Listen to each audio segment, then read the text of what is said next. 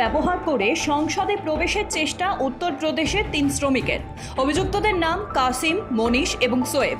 মঙ্গলবার লোকসভা নির্বাচনের সংসদ ভবনে সিকিউরিটি চেকিং চলাকালীন সংসদ ভবনের ফ্ল্যাগ গেট এন্ট্রিতে সন্দেহজনক এই 3 জনকে দেখতে পান সিআইএসএফ কর্মীরা।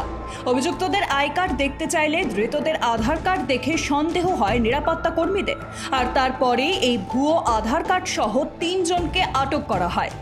ধৃত 3 জনকে দিল্লি পুলিশের হাতে তুলে দেওয়া হয় এবং তাদের বিরুদ্ধে ভারতীয় দণ্ডবিধির 365, 319 এবং 120B সহ বিভিন্ন ধারায় এফআইআর করা হয়েছে। বিপুল পরিমাণে নকল মদ এবং মদ তৈরির সরঞ্জাম উদ্ধারকে কেন্দ্র করে চাঞ্চল্য। ঘটনায় গ্রেফতার 2।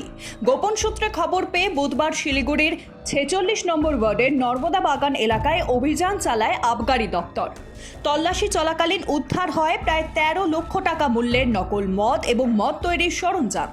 পাচারের কাজে ব্যবহৃত একটি 4 চাকা এবং স্কুটিও উদ্ধার হয়েছে। ঘটনায় জড়িত থাকার অপরাধে কৃষ্ণপ্রসাদ এবং বরুণ কুমার নামে 2 ব্যক্তিকে গ্রেফতার করা হয়।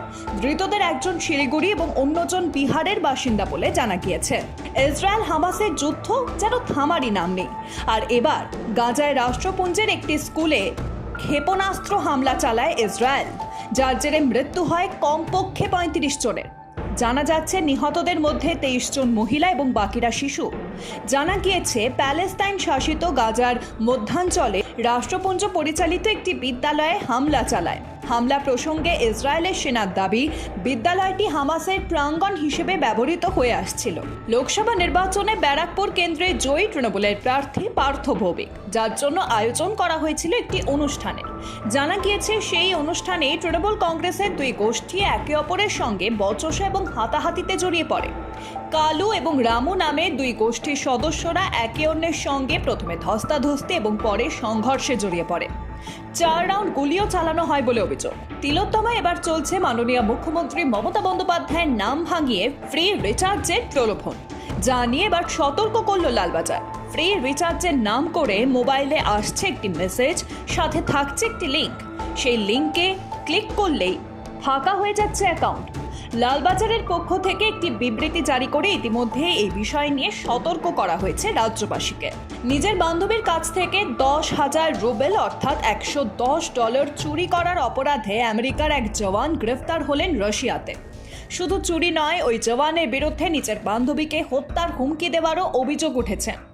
জানা গিয়েছে ওই জওয়ানের নাম গর্ডন ব্ল্যাক। জানা গিয়েছে রাশিয়ান বান্ধবীর অ্যাপার্টমেন্টে গিয়ে বান্ধবীর পার্স থেকে $110 চুরি করে সেখান থেকে পালিয়ে যান গর্ডন ব্ল্যাক। গত 2রা মে রাশিয়ার সুদূর পূর্বের ভ্লাদিভস্টোকে তাকে আটক করা হয়েছে। বৃহস্পতিবার থেকে রাশিয়ার আদালতে বিচার শুরু হয়েছে ওই মার্কিন জওয়ানের। ভোট পর্ব মেটার পর আবারও উত্তেজিত মণিপুর। ঘটনায় মৃত্যু হয়েছে এক কৃষকের। মৃত ব্যক্তির নাম সোইবাম শরৎ কুমার সিং। সোইবামের দেহ উদ্ধার হওয়ার পর বিক্ষিপ্ত স্থানীয় একটি পরিত্যক্ত কাঠামোয় আগুন ধরিয়ে দেওয়া হয়। পুলিশ সূত্রে জানা গিয়েছে, দিন কয়েক আগেই চাষবাস সেরে বাড়ি ফেরার পথে নিখোঁজ হন সোইবাম। এরপর তার রক্তাক্ত দেহ উদ্ধার হয়।